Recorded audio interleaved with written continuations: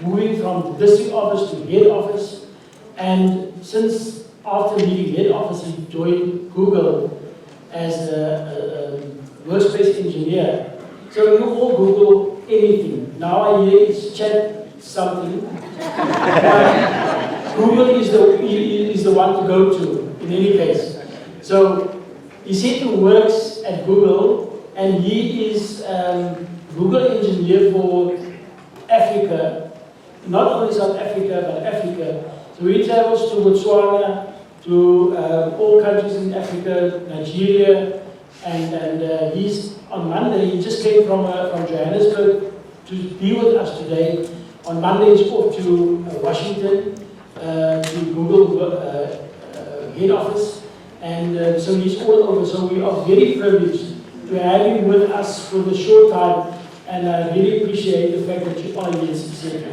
I hand over to you immediately. Thank you very much. I'm looking forward to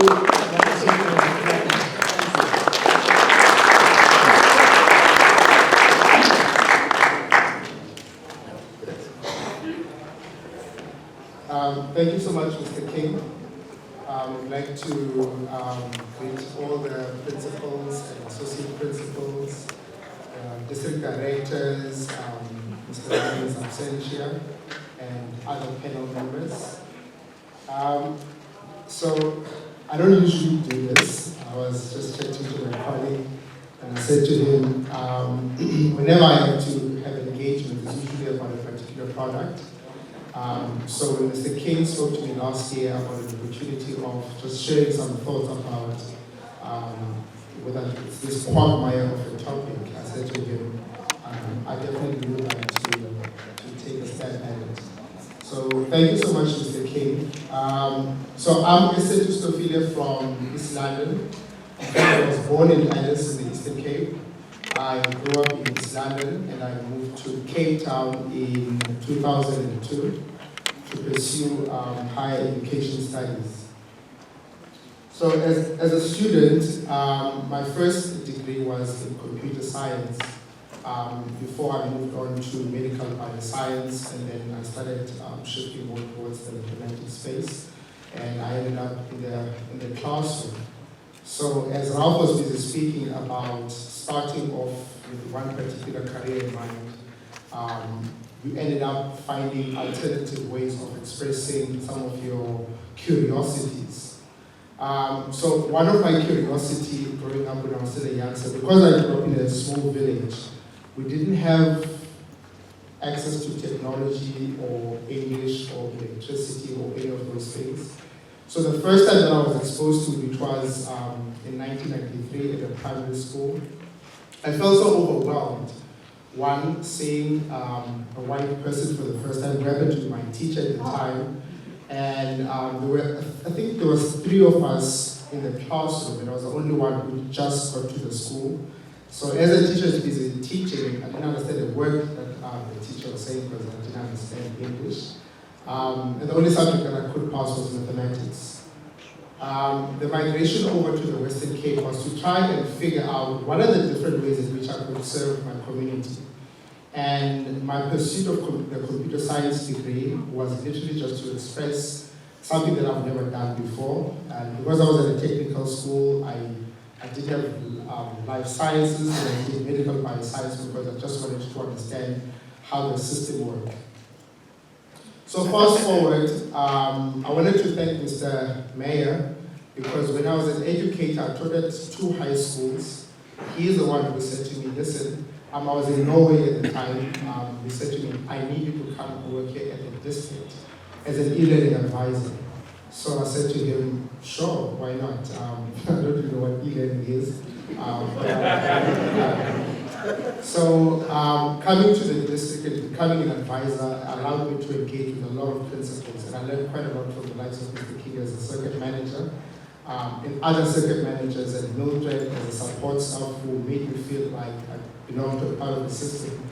And it's through principals like Mrs. Nopote and others, and Mrs. Jackson, who allowed me into their classrooms and in their schools, to allow them to engage with them, to find out where are they at in their ICT journey, where would they like to go, and where does technology fit in. So today, I'm not going to bore you with the technical jargon that we usually use when we're speaking in these forums. What I would like to do is I would like to engage with you on what, in a typical education fashion, is the fourth industrial revolution, and what it is that we should be anticipating, and how can we better prepare our ecosystems in order for us not only to ready our teachers, we ready our students, but also we need to ready our communities, because believe it or not, everything that happens within the classroom tends to permeate the societies. And there's a lot of influence in terms of what the school does into the identity of the community. These will be the 4 things that I'll be looking at. I'm not going to read from the slide, because I said to Mr. King, the slide will be available to everyone, and then you can read yourself after the session. But I just wanted to have a conversation, but I'll just be flipping through the slides. So, in the first element, many people want to know what is the fourth industrial revolution. How is it different from the first, the second, the third, and the fourth? But in my small interpretation, it's a slight advancement from the third industrial revolution, whereby there was an introduction of ICT equipment. But now, what we are going to be looking at in this particular industrial revolution is the ability to merge the technology with the human, and then we are going to be mining a lot of data. So in our organization, I was recently in Johannesburg. We had been dealing with one of the biggest topics, which is cyber safety and cyber security, because most schools are moving on to the digital space without understanding exactly what is their educational focus. Because it's great. I mean, I love the fact that schools are going digital. It makes me very excited because it pays my bills. But recently, in a trip that I had when I was in Zambia, I had an opportunity of speaking to the Deputy Minister of Uganda, where she said to me, I think it might be in response to a question I might have heard somewhere there and somewhere there on top, is, because I'm talking to her about building a data center in South Africa, and there's a required cable for the telecommunications companies to piggyback on to make connectivity for both schools and homes faster. So she listened to me talk Google, and then she said to me, I don't want you in my country. I'm not interested in your product. So that was like a stab in the heart. And I asked her, but why? She says, our biggest problem in our country, in Uganda, is the fact that we've got a broken education system. And when you bring in your technology into our country, you are going to accelerate the brokenness. So that made me think that sometimes we become a little bit insensitive into how it is that we are approaching educational systems, because we are so focused on an image of success, an image of you have progressed. But how are you progressing when you are going to be taking a digital tool set, and then you're going to take an education system that many people are always saying that it is not really sufficient for the students, and you're going to be accelerating that. So her approach was, we stop, we fix education, and after we fix education, then we can introduce technology. Because then the role of technology is to accelerate that which we want our students to be informed by. And therefore, all of these fourth industrial revolution conversations tend to not necessarily look at the human element. We are just mainly looking at the technologies. So there were about 800 experts right across the world that were surveyed to try and figure out, where do you see this fourth industrial revolution? What do you see? What do you think would be the tipping and the top points that people need to look out for? And these were some of the elements that they had highlighted as some of the critical things.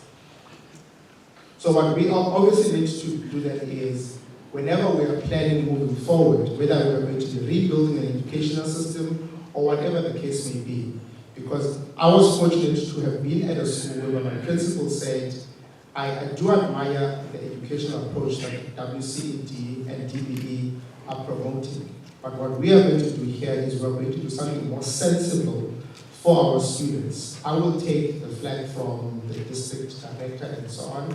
But what we are going to do here is we are going to take the CAPS document and we are going to ensure that it is our guiding document. It's not our Bible. It guides us so that we know that we are going to be redesigning our curriculum approach, and then we're always going to be looking at how far are we from, because we don't want to deviate too far away from the CAPS document. So these three major topics, which is intellectualization, visualization, and hyperconnectivity, is these future conversations that people are going to be talking about, from human to machines. Then we are going to be looking at the virtual realities, and then from there, human to things. In some spaces where we are engaging, we have seen significant integrations between human and machinery. Like, I'm wearing a smartwatch, and I saw Wendy's also wearing a smartwatch. But this journey is slowly but surely we are tending to integrate technology into our world, that when I go home to open my door, I usually scan with my watch, and because it's a Google Home, the locks unlock, and then the doors open, and the sensors to switch on lights, there's vacuum cleaners that are always cleaning, and so forth. So whenever we are talking about the fourth industrial revolution, we are talking about collapsing the silos, whereby in the past, technology was seen as just something that is independent of us. But as we slowly but surely moving closer towards the realization of the fourth industrial revolution, as much as this is attached to my hand, this one is also attached to many of our hands. So on my device, because I've been in the EdTech space for some time, I've got something called sensors off, which allows me to switch off all sensors of my mobile device so that when I speak, no one can hear what it is that I'm saying. Because obviously the biggest commodity right now is data. So we mine a lot of data. We are quite interested in figuring out what are people saying, what are people thinking, and that's how many industries are obviously making a lot of money. So where we are at is we need to ensure that when we are talking fourth industrial revolution, we need to be prepared so that whether you are in school and you're preparing for an e-learning journey, we need to start right from the beginning and ask, what is your absolute goal? What would you like these technologies to enable either your learners or your teachers or the community to do? Because the worst thing is technology becoming just another consumer device for students. But what we want to do is we want students to be able to know when to use technology and when not to use technology. Just because you are moving into the fourth industrial revolution, we need to be able to choose when we can actually utilize these in order for them to make our lives a little bit easier, so that we never become the slaves of the technology and when to zone out. And I think that's one of the resistance that some schools have given us to say that, but now if kids are going to be doing assignments on their mobile device, what stops them from using the likes of GPT, ChatGPTs, and so on and so on and so on? So the important thing is that when you are going to be designing the learning space, it's to start off by asking yourself these critical questions.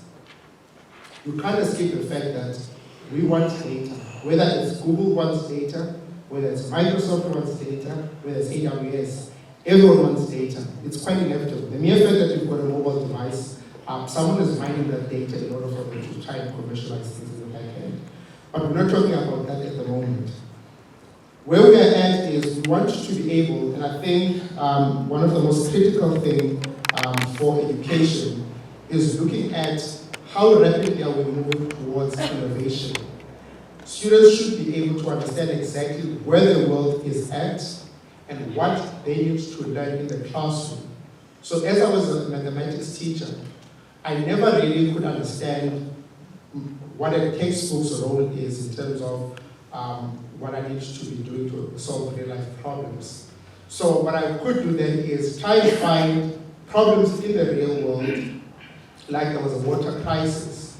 And within the water crisis, I brought that into the classroom and I asked the students, let's model solutions where we can find mathematical principles that we can infuse in solving these particular problems. Because what is the point of you knowing Pythagoras if you don't know where to actually apply it? And that's what technology does as well, is that as brilliant as it is, we should know that it doesn't answer all our questions. It's just a tool that enables us to do some functionalities, but we need to have a very, very healthy balance. So this is just a timeline. You will have access to this as well, but this is just a timeline of some predictions that we made and where people started with this ICT journey and where we are moving towards. So I just want people to be aware that this is not something that was just thought up, and it was when I was still young watching Back to the Future, thinking about flying cars and this thing not happening. It's happening right now. I was chatting to Mr. Sonams, he was my principal back then, and then we worked together at the district as a circuit manager.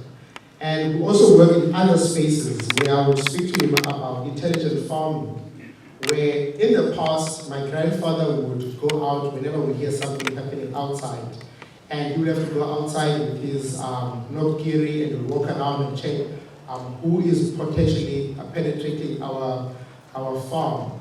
But now what we do is we've got solar-powered cameras, and we've got lights, and we've got small robots. So what I do is I just program small robots. So I buy some brains in Stellenbosch, and then I will sit with my device, and then I'll just program it, and then I'll just put a lot of stuff on it so that it can do stuff.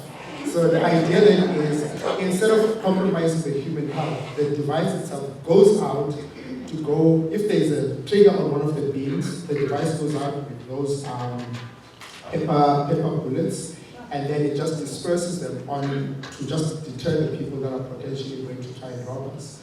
So again, that is where we are looking at capitalizing on intelligent systems in order for us to try and make our lives a little bit easier by doing that which we believe that human beings should be doing, which is putting our lives at risk. Maybe I'm lazy, I don't know. So where we are at is, it's inevitable that we need to be anticipating these intelligent systems, because these intelligent systems, whether you close your eyes or not, they are here and they're here to stay. It's a matter of you understanding how would you get the best out of these intelligent systems so that your school can function a little bit better. I'll tell you about a project that myself and one of the Googlers is currently working on. And that is early intervention for students who might be at risk of failing. And that is building a system which links up to your typical learning management systems, whether you're using SASAMs or whatever platform you might be utilizing, and how that builds on all the historical data that's found on the CWIS database, so that you don't have to worry about getting to a formal assessment for the students to have a good report or whether whatever. So we can predict through historical data and also from a gender perspective, what are the probabilities of students succeeding on particular assessments by looking at trends and so forth. So that is a project that we are currently working on, and but unfortunately, we can only function in platform agnostic communities, where we are allowed to have, whether it's a Microsoft environment, with a Google environment, with an AWS environment, and then schools should be able to choose what will work for them. So that was the first part of my section. The next part is just, again, unpacking some of these environmental changes that we are going to be seeing slowly but surely. Maybe we might not know it yet, but the birth rate is starting to decrease slowly but surely, and that could be attributed to multiple different factors. I don't necessarily want to speculate, but there's also been a very, very big polarization within our different communities, depending on our different schools of thought. So what we want to do is we want to obviously cultivate the best practices to ensure that our students become either relevant digital citizens by ensuring that we are going to be converging a lot of these educational systems towards understanding what is the ultimate goal of education. And the fourth industrial revolution affordances in order for us to ensure that students and educators are able to obviously benefit from this. So another element that we are looking at is we are not going to just be talking technical work only, but we are going to be considering some context-based intelligence, emotional intelligence, social emotional intelligence, and physical intelligence. So these are things that are informing some of the educational reforms on where we are moving at with respect to education in the fourth industrial revolution. I'm not going to go through this, but again, this is more about the fusion of education through digital technologies and the ability for us to look at different ICT-based models is to have a look at smart learning, flipped learning, collaborative learning, hybrid learning, all of these things. So all of these things become not just themes any longer, but they need to become practical things whereby whenever we are selecting technology, whatever technology we are going to be selecting should be informed by the educational approach, whether it's ICT and fusion or whatever the case may be. And obviously we need to look at educational policies because those should always be married together and not divided. And then the next thing would be obviously to try and make sure that we provide optimized learning systems. Because what I hated when I was still a teacher was the duplications, where I'm expected to do something on this platform, and then I'm asked to do the same thing here. It literally made me feel like, exactly. So I ended up, I ran away from teaching because I hated marking. I hated the inability for me to enjoy my weekends because I felt that it was an invasion into my personal space. I am a human being as well as a teacher, so I wanted my weekends to be my weekends, and therefore I needed to find intelligent systems to try and automate processes that I didn't want. Therefore, the curiosity into this virtual world of creating smart systems that mark themselves. We've got some products that are currently on the market for online examinations, proctoring of examinations, where you can have a device. One of the POCs that we are talking to WCED about on Monday is the ability for you to take whatever old technologies that you might have at your school, and because I know that schools don't necessarily have the budget to replenish all the ICT infrastructure, is that there are free solutions, but those free solutions come at a cost. So the cost is that there is going to be an image for the school, because we have a Google operating system that is on a flash stick. So if this device is taking about 30 minutes to boot up in order for you to log in, now you can just re-image the device using an operating system on a stick. Now you will see it as a Google school.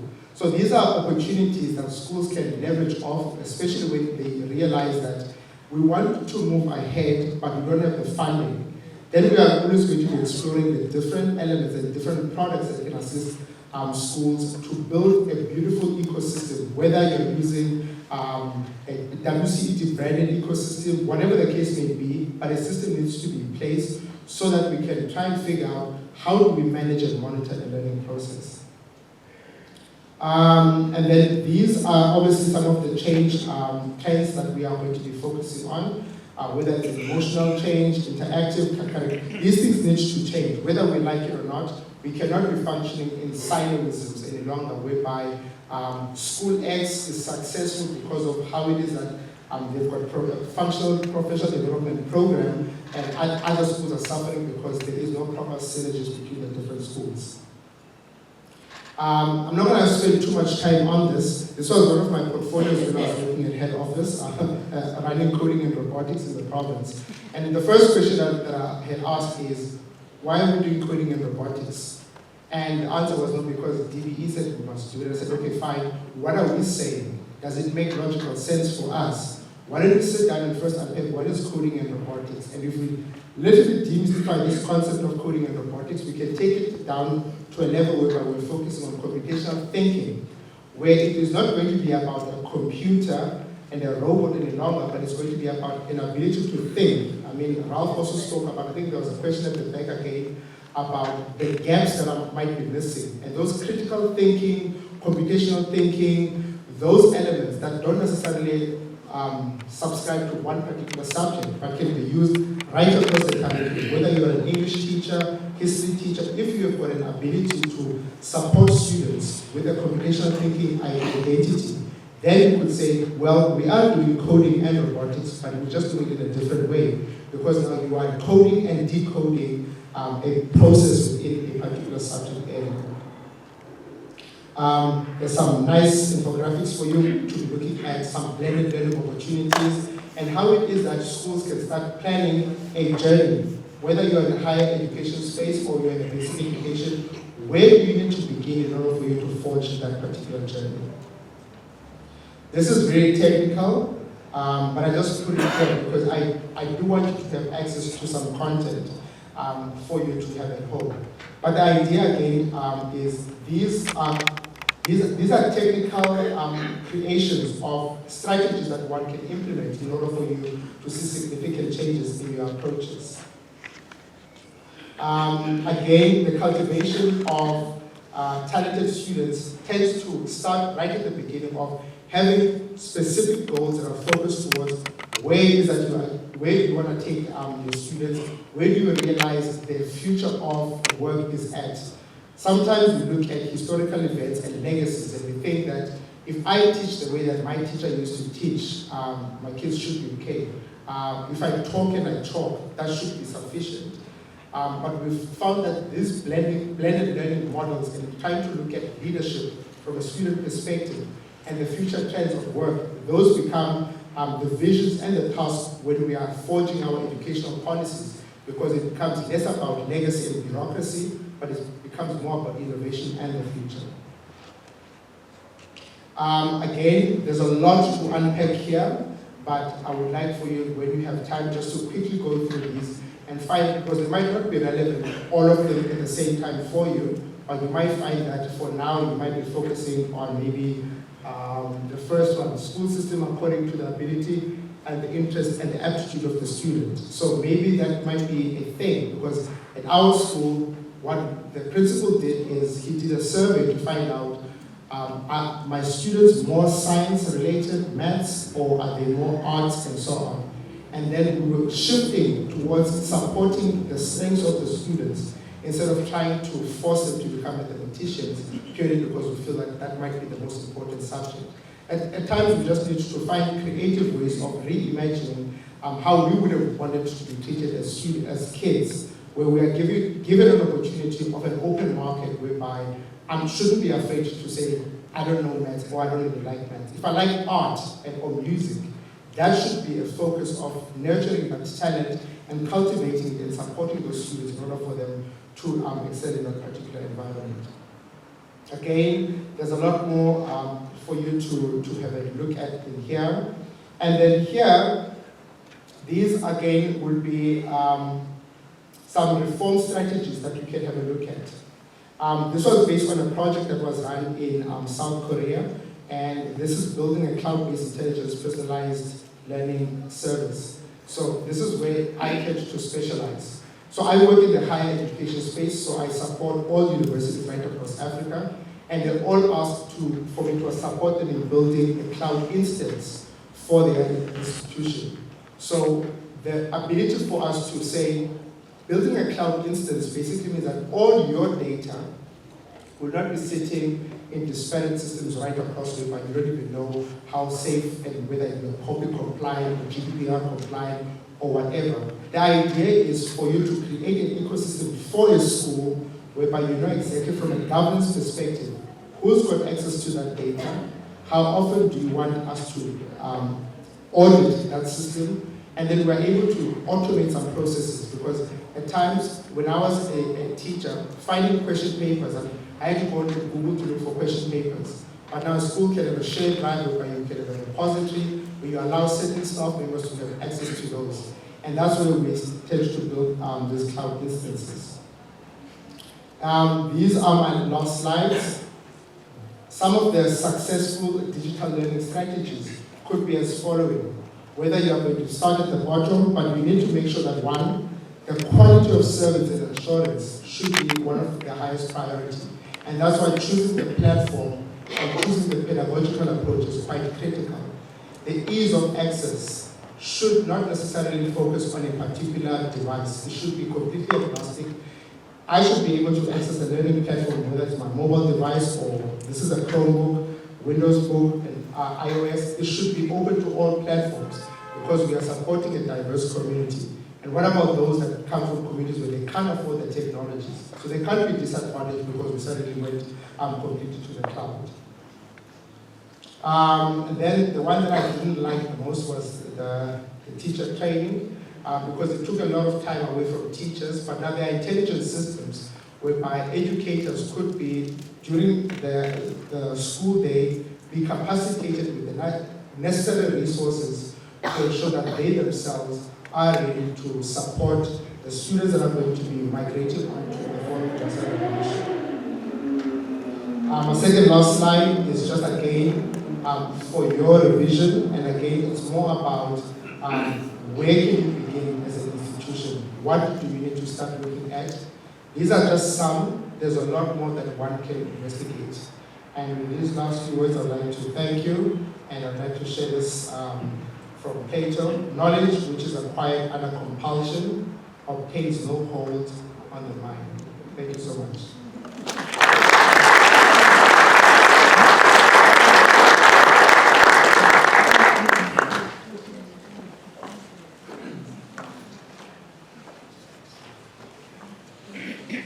I just want to thank Isetu for this wonderful input.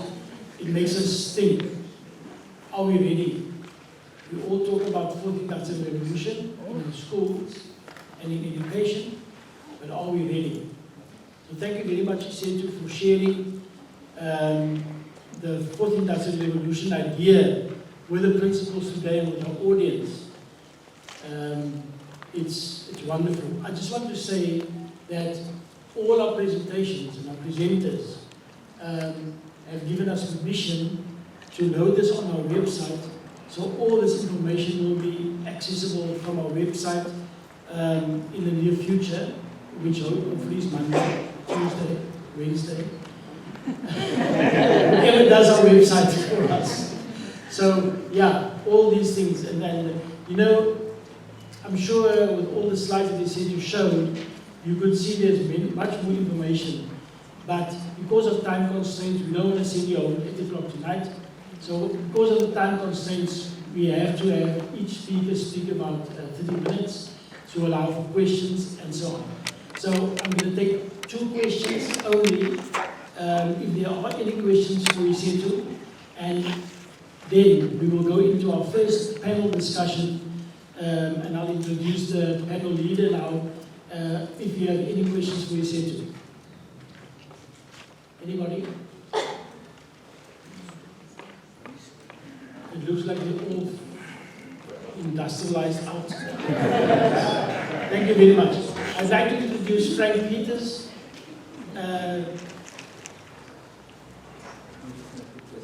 Okay. I'd just like to introduce Frank. Frank is a coach with Principals Academy, and he'll be leading a group of principals in a panel discussion on this topic that Isetu just raised. Thank you, Frank. The floor is yours. You can use this here.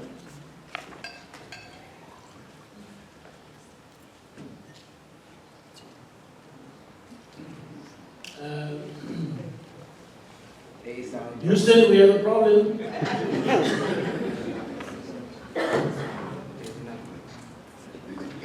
You can use this here.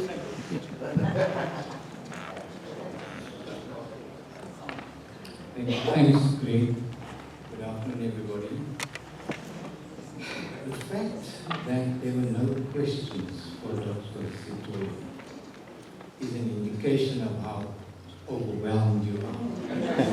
Am I right? Yes. You are completely overwhelmed. Thanks. No. We expected that. We expected that. I'm not going to add to the thanks, except to say today I'm very proud to be a son of the Eastern Cape soil. Because I spoke to Isetu during the tea break and realized that that's one thing we share. We are both sons of the Eastern Cape soil. Thank you very much for your input. We have a little token of appreciation, if you don't mind stepping down to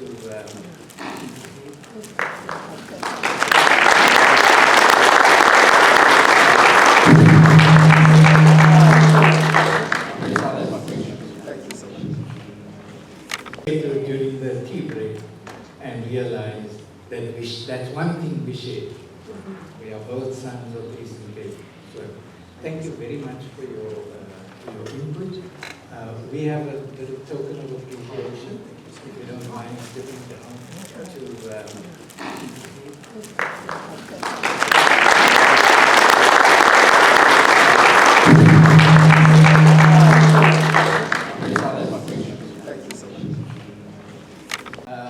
Mr. Laddie, to start off with saying, by explaining to us what it is that's in place in the schools at the moment that you can use to try and prepare your teachers and your children for the sport in the upcoming. Thank you, Dr. Peters. Good morning, everybody. Good morning. Good morning to the panel members over here. Dr. Peters, I think all of us, we need to start with the vision of the Eastern Cape Education Department, which is quite clear, and by now all of us should know that, is to provide quality education for every child, in every classroom, in every school in the province. Now, this vision, you all know, is driven by a core set of values. I don't need to run through the values because I know Prince can rattle the values off. And we've got our director here sitting with us. So Dr. Peters and to the panel, but what is innovation really? You know, to latch on to what Dr. Peter was saying, you know, explaining the Industrial Revolution. To everybody here, it might mean something totally different. You know, and I don't want to go around. But I quote, you know, from our website, from when I say our, because we all represent the Eastern Cape Education Department, it is to be able to be open to new ideas, you know, to be open to new ideas and to develop creative solutions to solve problems, basically. So, how did the Western Cape Education Department take us through this journey? The e-learning journey, as mentioned by last speaker, they have provided us with Wi-Fi in most of our schools. We have the smart classrooms, we've got the smart boards, we've got the whiteboards, we've got the laptops, we've got the e-books, we've got the visualizers, we've got everything. Right? Then they give us workshops that we can do, you know, certain programs that we can do also. So it is there, you know, the substances is there for us to assess as teachers. You know, there's access to various platforms for us. So in essence, what I'm trying to say is that change is inevitable, but it is how we adapt to change that will make us great leaders. You know, good morning, everyone. Good morning to the panel, and good morning to everyone sitting in front of me. So, for us, everything that Mr. Rudy just said now is, firstly, many schools have been provided with the internet, with all of this. But for many schools, and we are very grateful for the effort, but the implementation and design of the systems for us as schools doesn't always help, because we cannot engage with the current innovation that we have received due to the limitations and the unreliability of the internet or the Wi-Fi that we get into our schools. We have a wonderful program at our schools called Green Shoots. But because on certain days we cannot connect to Green Shoots, we as principals are still held accountable because of the low percentage which they registered on their system that we have used at our school, not taking into account that we may not have had connectivity that day, or the lack thereof due to the dreaded load shedding as well, which is now adding to our burden as teachers at the school.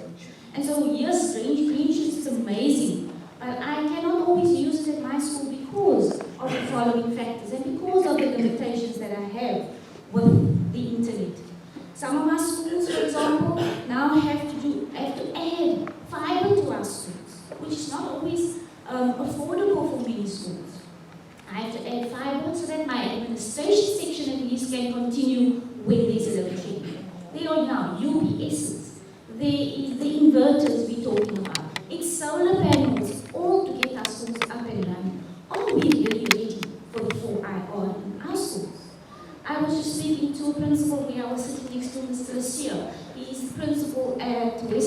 School of Skills. And I said to him, so how does your school cope with load shedding? He said, it affects me greatly. Why? He's a School of Skills and his children have to use equipment. They have workshops. When the load shedding hits for 4 hours, it hits him hard. So now, us as schools, we have to look at solar panels, which is a cost to our school. We haven't budgeted for these things. And load shedding isn't going anywhere. So this is a challenge we are faced with on a day-to-day basis. Principals, there needs to be greater liaison between schools and school leaders before anything else is implemented into our schools. We cannot just say, this is given to you, you run with it. We cannot run with it because there are challenges for us. The other thing is Google. Wonderful place for teachers and learners. Information is at the fingertips. But our children all don't have devices to actually access this. Many schools do, many schools don't. And with all this that is currently happening in our schools now, the gap is widening between the haves and the have-nots. So these, for me, are many challenges that we are going to face before we can even reach where we should.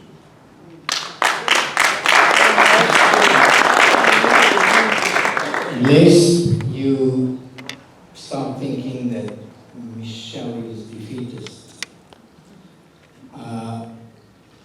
I don't think that's what it is. It's about trying to push your school to get them to a level where they could be. And there are schools that have dealt with the issue of the quality of connectivity. And I'm going to ask Tristan of Athlone North to talk about what they have done before we get to you.